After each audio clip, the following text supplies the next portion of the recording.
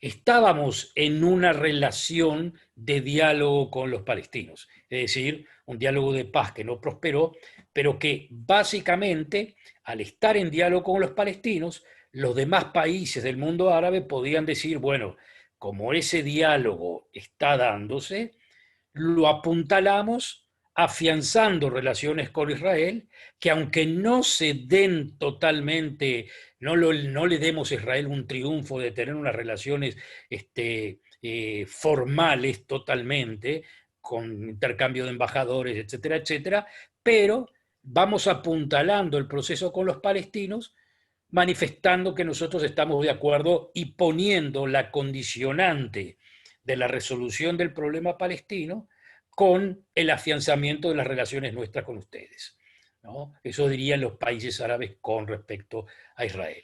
El punto vital, o quizás si lo quieren llamar así, el país más importante en ese juego es Arabia Saudita. Arabia Saudita hizo el plan, o puso los planes concretos de cómo se iba a normalizar la relación con Israel a medida que se dé la solución al problema palestino. Es decir, lo que había manifestado Arabia Saudita era: Israel quiere legitimización y nosotros estamos dispuestos absolutamente a dársela. Ellos quieren normalización, nosotros estamos dispuestos totalmente a dársela. A cambio de esa normalización, Israel tiene que aceptar el retorno de los territorios, absolutamente todos los territorios, a la frontera del 67, la construcción de un Estado palestino, la división de Jerusalén, y envuelto también estaba cierto de los preceptos que los palestinos siempre sostenían, como la ley del retorno o una suerte de aceptación de que los palestinos que en el 48 abandonaron sus casas, después de la Guerra de la Independencia, lo que para ellos es la Nakba, tuviesen el derecho a retornar aunque no lo hagan efectivo. Obviamente que Israel eso no lo iba a aceptar, no lo iba a aceptar un gobierno de centro izquierda y obviamente que menos un gobierno de derecha. Pero lo que quedaba era como que el mundo árabe estaba dispuesto absolutamente a una normalización, que lo único que tenía que hacer Israel era eso. Para los palestinos eso significaba una carta de seguridad, es decir, como que se dice, nosotros somos la pieza angular con la cual Israel puede normalizarse con el mundo árabe o no. O sea, todo depende de nosotros. Si Israel quiere normalización con el mundo árabe y la quiere, primero tienen que pasar este obstáculo que se llama la Autoridad Nacional Palestina. Si no me confieren lo que yo necesito o lo que yo exijo, Israel no va para adelante en el proceso de normalización. Lo interesante del asunto es que los gobiernos anteriores a este gobierno de Netanyahu funcionaron de acuerdo a esa fórmula. Es decir, intentaron hacer arreglos por abajo y por arriba de la mesa, pero no formales, con el mundo árabe, que más o menos los países, como ya les digo, el Golfo Pérsico, estaban bastante interesados. Pero por otro lado, entendían que la fórmula era primero Palestina y después el mundo árabe. Es decir, nos conformamos con lo que tenemos, es decir, una situación en la cual vamos mejorando nuestra relación con el mundo árabe, pero sabemos que no se puede formalizar porque nosotros, Israel, entendemos claramente que lo primero que hay que hacer es solucionar la pieza angular del conflicto árabe-israelí, que es el problema palestino. Eso lo entendían los palestinos y eso lo entendían los gobiernos anteriores al gobierno de Netanyahu. Lo que sucedió con Netanyahu es que cambió la fórmula y la fórmula se dio precisamente en estos momentos. ¿Qué quiere decir cambió la fórmula? Lo que venía diciendo siempre, cuál era la diferencia básica entre Netanyahu y los gobiernos de centro izquierda, inclusive el gobierno de Ehud Barak y del gobierno de Ehud Barak, Shlomo Ben Amin, el cual yo también fui asistente y participé. Nosotros vivíamos bajo esa fórmula, era axiomática. primero se resuelve el problema palestino. Sin la resolución del problema palestino no se avanza en ningún frente. Y cuidado, ya teníamos paz con Egipto, ya teníamos paz con Jordania, pero nuevamente, dentro de la paz con Egipto y Jordania, quedaba ese paréntesis que decía, el problema palestino hay que solucionarlo sí o sí. Y lo que sucede acá es de que Netanyahu se niega, obviamente, a resolver el problema palestino, por lo menos de acuerdo a lo que los palestinos presentan como solución, y nos encontramos de un día para otro, que no es de un día para otro, esto se estaba arreglando y cocinando desde hacía mucho tiempo, como ya les dije, con un arreglo de avanzar de negociaciones a un prácticamente arreglo formal y arriba de la mesa, es decir, la formalización de relaciones con los Emiratos Árabes y con Bahrein. Entonces, claro, obviamente la pregunta es ¿por qué? ¿Qué es lo que cambió? ¿Qué es lo que está pasando? Y acá entramos en el largo juego de la geopolítica. Señores, este es un arreglo de intereses geopolíticos y obviamente de intereses económicos también. Pero no lo podemos desligar de el hecho de que en el gobierno de los Estados Unidos estaba, por lo menos hasta ahora, Donald Trump, con una concepción completamente diferente de cómo se tenían que hacer los arreglos en el Medio Oriente, y un movimiento que iba llevando justamente a la idea de que el Medio Oriente está dividido básicamente en un enfrentamiento frontal, un enfrentamiento de guerra fría, pero puede llegar inclusive a ser guerra caliente, entre los poderes que quieren hegemonía dentro del Medio Oriente. Y los poderes que quieren hegemonía en el Medio Oriente son Irán, por un lado, con sus pequeños estados proxies que trabajan para ellos, como la Hezbollah, como inclusive Hamas. Y por el otro lado, los que le tienen miedo a Irán.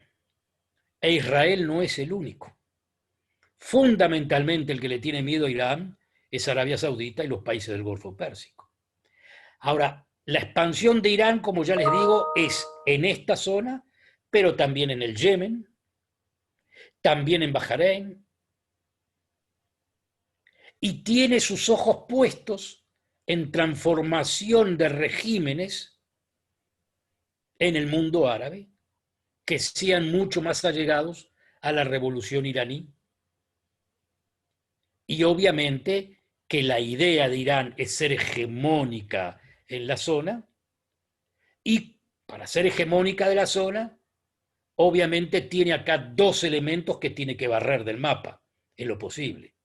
Nosotros, Israel y Arabia Saudita.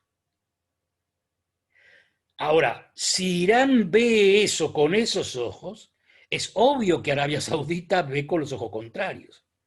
Y he aquí que Arabia Saudita tiene un problema muy fuerte, que es que Estados Unidos, que la salvaguarda, quiere retirarse del Medio Oriente, de la misma forma que Estados Unidos quiere retirarse de todos lados. O sea, la política de Trump no es una política de los neoconservadores, sino que es una política contraria. Pero a su vez, el retirarse implica no de que queda un vacuum, sino que ese vacuum tiene que ser ocupado por el portaavión de los Estados Unidos en la zona, que es Israel. Ahora, el hecho de ser portaavión de los Estados Unidos en la zona no es algo que nosotros no queremos. Lo queremos mucho, por la razón de que nosotros también entendemos el juego de Irán de querer bordear a Israel con sus proxies. Entonces es como decir, vos acercás tu frontera a nosotros y nosotros la vamos a acercar a la tuya. Entonces, Israel, al hacer un arreglo con los Emiratos, obviamente que se acerca a la frontera de Irán. Los Emiratos tienen a Israel como un aliado regional que ellos la consideran, creo que lo consideran, y tienen razón en considerarlo así, en una potencia regional. Tienen totalmente interés en la tecnología israelí.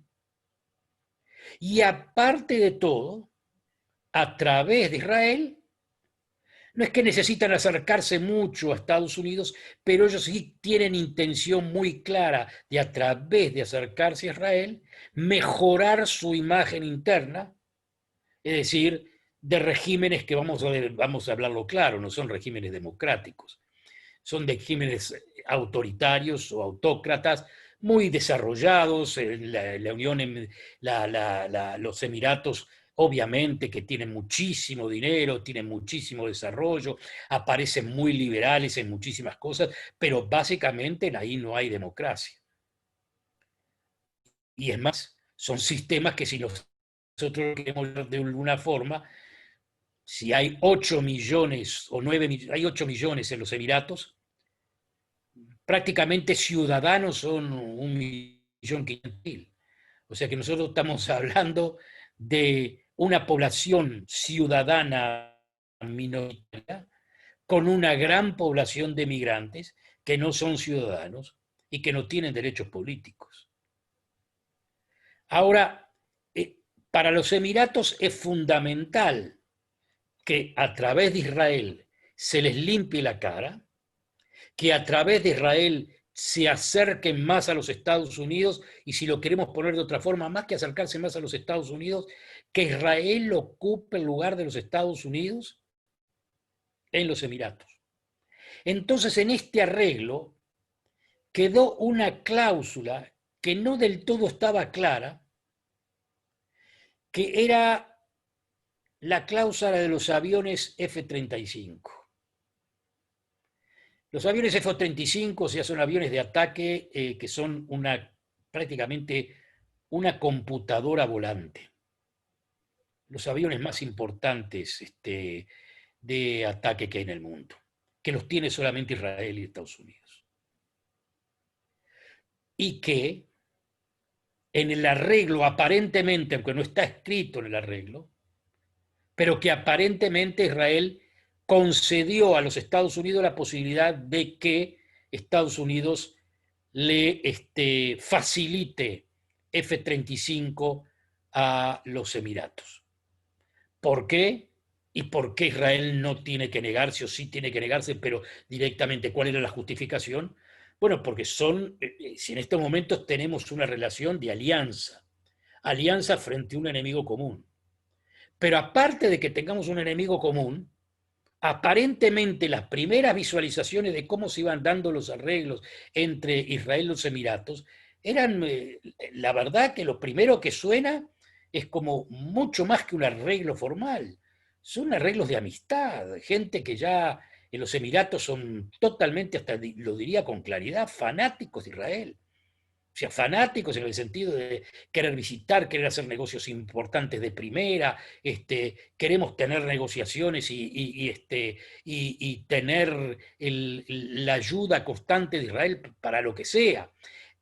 Se empezó, en vez de ver una relación formal, se empezó a ver, y es lo que estamos viendo, hasta abrazos, como diciendo, por favor, vengan acá, por favor, israelíes están, pero súper bien recibidos aquí, casi en broma, pero casi en broma, que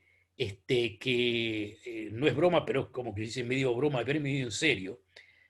El asunto de los F-35, casi se diría que ellos no solamente quieren los aviones, sino que quieren el personal israelí ahí, como que se dice, que pongamos una especie de base que la manejemos nosotros, sin necesidad de tener la independencia de ellos del manejamiento, del funcionamiento de los aviones. Es como diciendo, señores, no solamente los aviones, vengan ustedes acá. Ahora, claro, obviamente, decir vengan ustedes acá quiere decir pongan la cara frente a Irán. Eso es lo que nosotros queremos y es lógico por otra parte. ellos están completamente seguros de con la tecnología israelí, que ya empezó desde el año 2008, tecnología, digamos, nosotros le facilitamos ya en el 2008 lo que se llama tecnología de surveillance, o sea, puede ser vigilancia. de vigilancia. ¿A qué quiere decir vigilancia? Obviamente a disidentes políticos, disidentes esto, el otro. Israel en eso no hace demasiado miramiento. Ahí le instalamos prácticamente todo. Ya eso venía desde el 2008 y eso funcionó muy bien. Y obviamente que ahora quieren levantar más, quieren levantar la apuesta más, porque obviamente la confrontación ya está ahí a la vista. Es decir, el alineamiento Israel y los países del Golfo, aparentemente, vamos a ver cómo va la cosa. Primero, como ya les digo, los Emiratos. Inmediatamente fue Bahrein. Bahrein es un país de una pequeña islita de disputa, en donde la gran mayoría de la gente es chiita, pero hay un gobierno que es sunita, o sea, contrario a los chiitas. Obviamente que ese gobierno quiere el papel de Israel. O sea que nosotros con esos dos ya estamos puestos. E inmediatamente quien está en la mira es Sudán y el plato fuerte, el plato súper fuerte, que sería Arabia Saudita. Ahora ustedes se preguntarán, ¿y por qué Arabia Saudita no? Porque en el reino de Arabia Saudita está el padre Salman y el hijo. El padre fue el que creó la fórmula, primero Palestina y después nosotros. El hijo, ya viendo el nuevo mundo que se viene, dice, parala con los palestinos, vamos nosotros hacia adelante. Hay una división entre padre e hijo ahí. Por eso es que Arabia Saudita todavía no saltó al carro. Pero en el momento que Arabia Saudita salte al carro, ahí ya este arreglo formal que empezó con los Emiratos, ya ahí ya es un cambio estratégico, pero brutal, brutal. Ahora todo claro, obviamente, todo eso, desde el punto de vista económico, no les tengo ni que siquiera adelantar. Eso es un cambio sustancial para Israel. Tener intercambio comercial y poder proyectarse en esa zona, no quiero decir que no necesites a nadie más, pero obviamente que va a ser una, un cambio sustancial en la visión económica de Israel, eso sin ninguna duda. Pero más allá de eso, desde el punto de vista estratégico, esto cambia el panorama absolutamente. Ahora la pregunta que se pueden hacer ustedes, con un poco de cautela, es decir, a ver, ¿para bien o para mal? Porque, no, bueno, para bien. Pero también eso implica algo que cae de maduro. Que quiere decir que si uno de los países en los cuales nosotros aparecemos ahora como protectores, digamos Arabia Saudita o en el momento que Arabia Saudita entre, pero inclusive ahora en Dubái, Abu Dhabi o lo que sea, si se sienten con el problema de Irán enfrente, obviamente que como decían nosotros estamos involucrados en el juego de ustedes. Nosotros pasamos a ser no solamente una parte de disputa en el problema nuestro, que tenemos suficiente con nuestras fronteras, sino que pasamos a tener fronteras que defender también, digamos, en el lado bastante lejos de nosotros. Es decir, pasamos a ser nosotros garantía de regímenes que obviamente pasan a depender de nosotros en materia militar, en materia de información militar, en fin, etcétera, etcétera. No es algo que no lo teníamos antes, pero que ahora pasa a ser formal. Ahora, quienes ven esto con ojos terribles, que es un golpe durísimo, obviamente Irán, obviamente los palestinos que se vieron en este juego, se vieron absolutamente superados, como quien se dice, la única carta que nos quedaba, que era contar con el mundo árabe para poder resolver nuestro problema con Israel, ahora prácticamente no cuenta con el mundo árabe. O sea, se pasó página. Y otro de los elementos que está acá en discordia es Turquía, que paradójicamente con Turquía tenemos relaciones diplomáticas, pero unas relaciones diplomáticas que van, o sea, que relaciones tenemos, pero relaciones de amistad obviamente no. Turquía en estos momentos tiene ciertas relaciones con Irán, tiene ciertas relaciones también con el Hamas en la franja de Gaza, y se manifiesta con hostilidad permanente contra Israel. Y obviamente con hostilidad total, tanto con el régimen de Egipto, que obviamente está en relaciones con nosotros. No se olviden que Turquía está respaldando a los hermanos musulmanes. Los hermanos musulmanes son contrarios al régimen de el Sisi en Egipto, y obviamente que es contrario a los regímenes de los Emiratos y demás. Entonces nosotros ya vamos armando acá toda una nueva constelación estratégica en donde Israel, como ya les digo, ya está alineado con los países del Golfo Pérsico, los países árabes, fundamentalmente sunitas, y tiene los enemigos que son Irán, obviamente Hezbollah y el Hamas en la Franja de Gaza, y Turquía. Esa es la constelación. Y obviamente que no es necesario que se dé acá una guerra caliente, puede darse guerras frías económicas, por ejemplo, con Turquía, como la que se está dando obviamente con Turquía, por ejemplo, sobre perforaciones en el mar Mediterráneo, sobre cuestiones de gas, aguas territoriales. Ahora en estos momentos Israel está haciendo un arreglo paradójicamente con el Líbano sobre aguas territoriales, muy interesante también. Cada movimiento de esto es un movimiento de ajedrez que toca a un lado o al otro. Y acá llegamos a la pregunta que es clásica. Señores, en 20 días más tenemos elecciones en los Estados Unidos. Y aparentemente, por lo que dicen las encuestas, va a ganar el Partido Demócrata. Claro que esto lo digo con puntillas, porque también en el 2016 iban a ganar los demócratas y perdieron a último momento.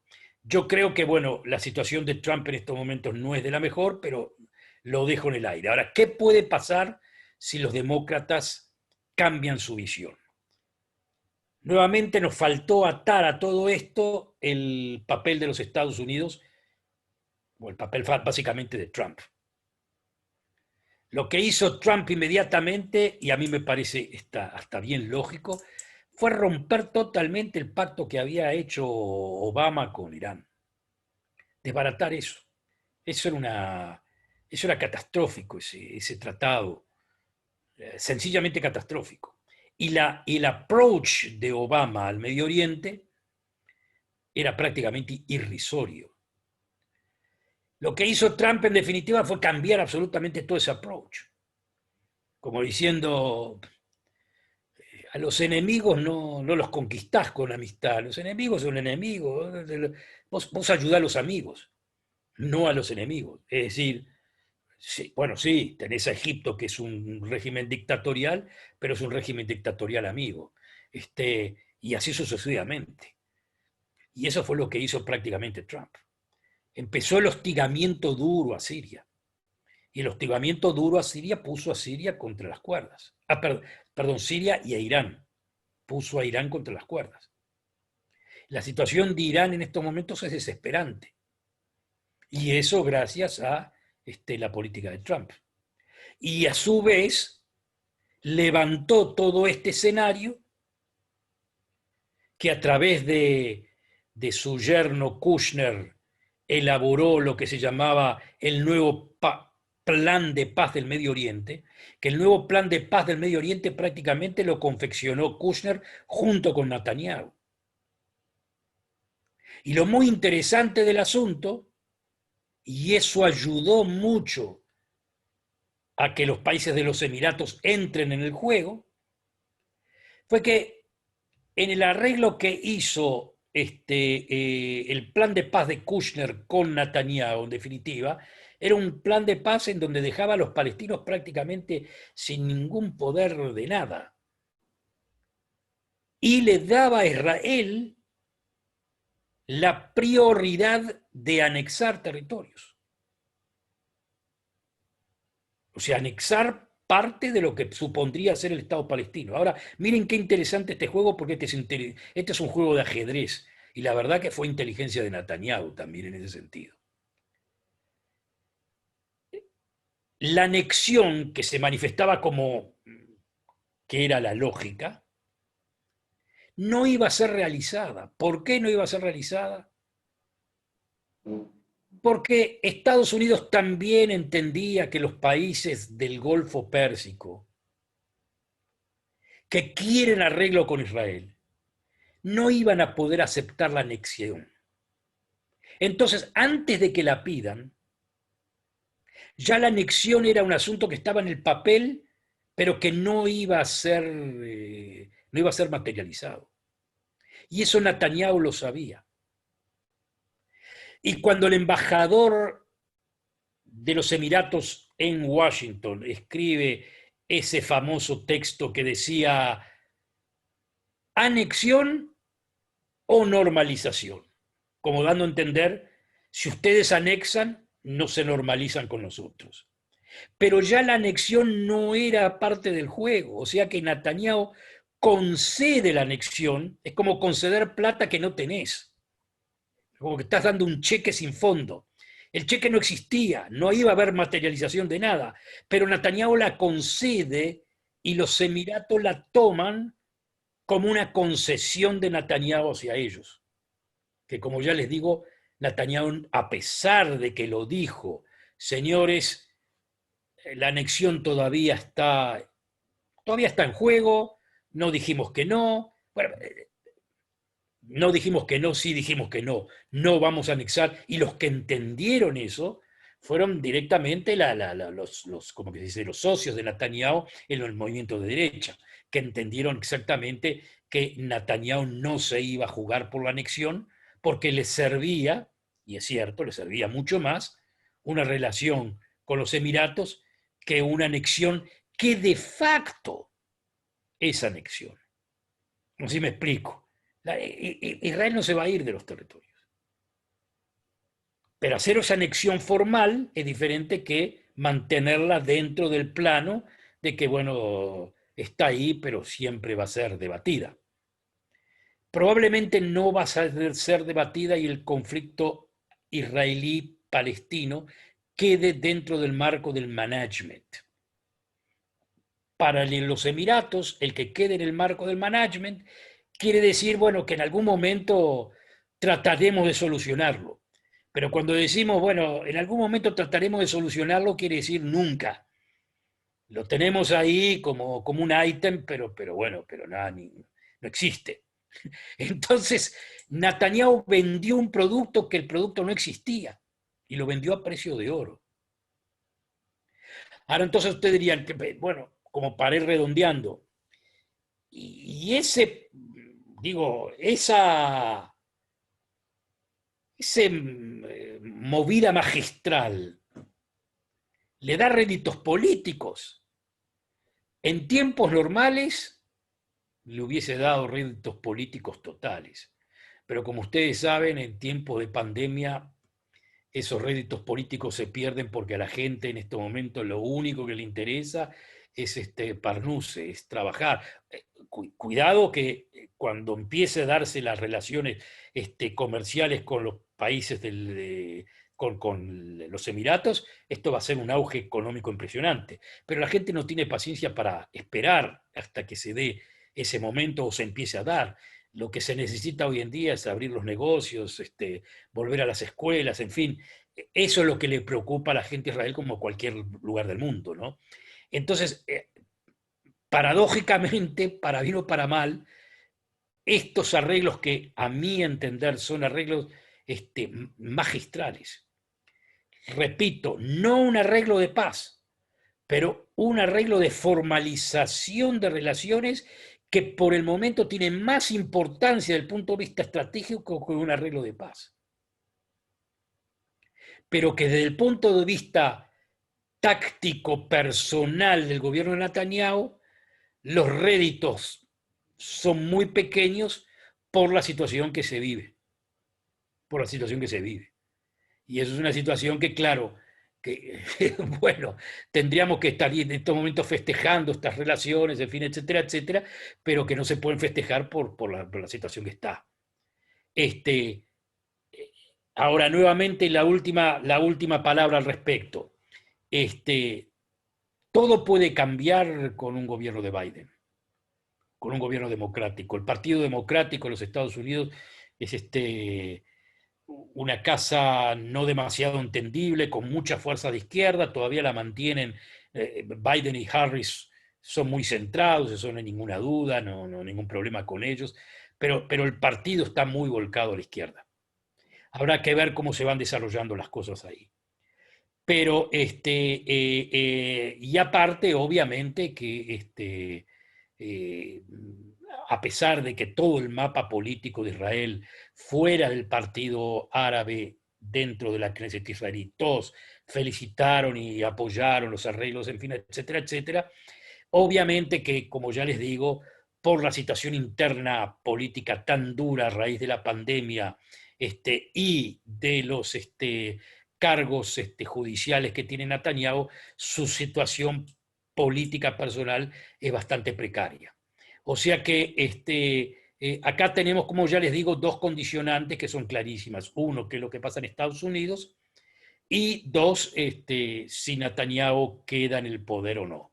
De cualquier forma, no creo que los arreglos estos que se hicieron vayan a dar marcha atrás. Yo creo que es de ahora para el futuro. Como ya les dije, los negocios ya empezaron antes, ahora se formalizan. Va a ser un auge económico increíble y obviamente que el paradigma geopolítico no se va a cambiar en los próximos años. Así que básicamente ha sido una movida muy buena, muy interesante y muy favorable para todos nosotros. Notable, Alberto, como siempre y como era esperable. Yo paso ahora a las preguntas. La primera pregunta que tenemos acá ya la contestaste varias veces, porque dice cambiaría la posición de Estados Unidos con respecto a los acuerdos en caso de salir electo Biden, así que lo tenemos claro, fue lo penúltimo que dijiste, así que la seguimos. Lucho Weissman te pregunta, estimado Alberto, ¿por qué Mahmoud Abbas confía en la señora Tzipi Livni y quién sería el próximo líder de la autoridad palestina? Acá la parte de Tzipi Livni no sé por qué, pero no hay no está claro el asunto. No sé en qué confía en Tzipi Livni, pero va a haber cambios en la autoridad palestina, eso por supuesto. El que manejó estos arreglos desde el punto de vista palestino, interesante porque ustedes preguntarán, ¿los palestinos estaban metidos en algo en esto? Hubieron palestinos que sí, Mahmoud Abbas, no, perdón, Mahmoud Abbas, perdón, Mahmoud Abbas, Está bien. Dahlan, Mahmoud Claro, Dahlan. Mohamed Dahlan. Dahlan sí estuvo metido, Dahlan es un mafioso, pero sí con todas las letras. Un líder mafioso que hace tiempo que está fuera de la autoridad palestina, pero que tiene muchos seguidores. Y él sí estuvo atrás de las cortinas apoyando el tratado, porque no es que Dahlan no quiere a la larga tener un Estado palestino. Lo que pasa es que nuevamente cambió el libreto y él empezó a entender, si seguimos con la vieja tesis de que primero diálogo palestino-israelí, señores, les puedo asegurar, yo estuve en todos esos diálogos, o en muchísimos de esos diálogos, no sé si en todos, pero muchísimos, es imposible arreglar con los palestinos, imposible. Sí, no quiero decir que sea todo culpa de ellos, es simplemente que no hay falta siempre el último centésimo para el peso, tanto de un lado como del otro, no hay forma de arreglarlo. Entonces digo, si vamos a esperar a que se arregle eso para arreglar lo otro, vamos a darle vuelta vamos a darle vuelta a la fórmula, como diría Dasclan. Vamos a arreglar primero con los árabes y después a ver si los palestinos no se prenden en eso. ¿Qué quiere decir se prenden en eso? Va a haber se le va a dar mucha prioridad a la economía. Ergo, los palestinos también están invitados a hacer negocios. Y si están invitados a hacer negocios, cambian las prioridades. Por lo menos así piensa Dajlan. Obviamente que los palestinos mantienen esa posición. Primero, las prioridades son mi dignidad, la plata después. Pero Dajlan, que es bastante mafioso, entiende que la plata puede jugar acá un cambio de paradigma. No sé si eso se va a dar así, pero no tiro por la borda ese pensamiento, ¿eh? No lo tiro por la borda, porque se crean necesidades y cuando empiece la gente a viajar, acá por ejemplo, con la población, ciudadanos árabes israelíes, que votan todos, digamos, en contra del gobierno israelí, en contra de Israel en general. Pero al lado de hablar en contra de Israel, ya están preparados también para hacer negocios con los Emiratos. En una palabra, ellos también, o sea, todos quieren tomar una tajada de este asunto. Entonces Dajlan dice, déjenlos hablar, dignidad, etcétera, etcétera, que cuando se empiecen a armar los negocios vamos a ver en qué queda el asunto.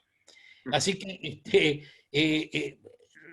repito, no es una posición que la tiro por la borda, tiene su razón de ser, tiene su razón de ser, tiene su catch. Perfecto. Marcos Israel te pregunta cuál es la situación de Qatar o con Bueno, Qatar. Qatar siempre fue la movilizadora de las revoluciones democráticas en el mundo árabe en contra de los regímenes dictatoriales, ¿eh? Eh, y en sí es un aliado, si no de Irán, está muy cerca de Irán. ¿Eh? O sea, vamos a ponerlo de otra forma. No ataca a Israel,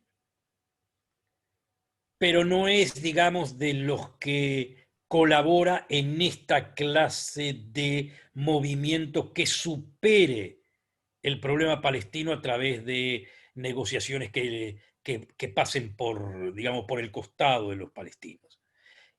Eso por un lado. Y por el otro lado, como ya les digo, Qatar es a través de Al Jazeera y de todo, es un caso interesante.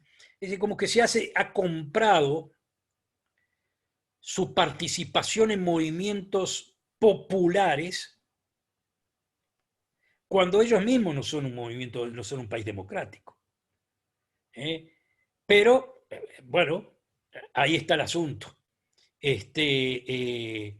Apoyan, obviamente, ahora, cuidado, Israel tiene una muy buena relación, ni siquiera por abajo de la mesa con Qatar, pero por, como se dice, a ver, Qatar le lleva el cheque o los paquetes de dólares a Gaza. Con eso compra el silencio militar de Gaza. Es decir, los dirigentes del Hamas en Gaza hablan muy claro. Llegan los 50 millones de dólares de Qatar, no disparamos contra Israel. No llegan los 50 millones, disparamos contra Israel. Ahora, Israel puede acabar a Gaza en cualquier momento, pero no quiere crear digamos, un desbarajuste humanitario. Por lo tanto, Israel le dice a Qatar o le da rienda libre a Qatar para que lleve los 50 millones de dólares a la zona, a la franja de Gaza, y compra con eso el silencio por otros 6, 7 meses. O sea, es una relación muy pragmática, muy, Y muy bueno, pragmática. se compró el Mundial también. Y ahora se compró el Mundial también, obviamente, vamos a ver qué es lo que pasa. Exacto. Bueno, Denis Ehrenstadt te pregunta, ¿negociar aguas territoriales con Líbano es posible con la fuerza política que tiene Hezbollah en ese país? Muy buena pregunta, creo que no. Creo que no, igual lo están intentando. Igual lo están intentando. Israel obviamente que lo que quiere hacer es crear contradicciones entre el gobierno del Líbano y Hezbollah. No se olviden que Hezbollah, por un lado, por la caída fuerte de Irán, por la complicación que tiene en Siria, y nuevamente por lo que ustedes saben, las complicaciones dentro del Líbano después de las explosiones estas, en donde obviamente todo el Líbano son prácticamente sótanos de armas de Hezbollah, de misiles y eso, en cualquier momento explota. O sea, hay una relación en la cual Hezbollah en estos momentos está viéndose acosado dentro del Líbano mismo. Pero con todo y a pesar de todo siguen siendo la fuerza política más fuerte. Por lo que quiero decir con esto, que a pesar de que el sondeo que está haciendo Israel con el Líbano es muy buena idea, creo que sigue siendo una carta difícil de romperla de Hezbollah dentro del Líbano. La última pregunta que tenemos acá de Aníbal Ventos es la siguiente. Si es reelecto Trump, ¿qué más se podría avanzar en la región? Si es reelecto Trump, bueno, lo más seguro que Netanyahu quede en el poder también. Ya eso es como que ya sería la carta ultimativa. No, sí, sí, yo creo que a mí me parece que el approach de Trump a la zona ha sido mucho más correcta que la de Obama, sencillamente. O sea que se va a afianzar, ¿qué se va a afianzar? Se va a afianzar el nudo de apretar a Irán, eso obviamente, apretar obviamente a Turquía y se va a y va a apoyar, bueno, apoyar totalmente todos los arreglos que se hagan con Israel y los demás países árabes. Inclusive no me cabe ninguna duda que si Trump es reelecto en un mes, Arabia Saudita ya está en el arreglo. No me cabe duda. Así nomás. Sencillo. Eh, Pero la sí, posibilidad de que sea reelecto es bastante, bastante pobre, digamos. sí, hoy día parecería. Hay una pregunta más, tendríamos algún minuto más, pero ya sabemos que estamos llegando a medianoche, pero Raquel Vergasín te pregunta, ¿boicot de los países del Golfo a Qatar es posible? Bueno, ya se lo hicieron, ya se lo hicieron, sí, sí, se lo hicieron y puede ser posible también, sí.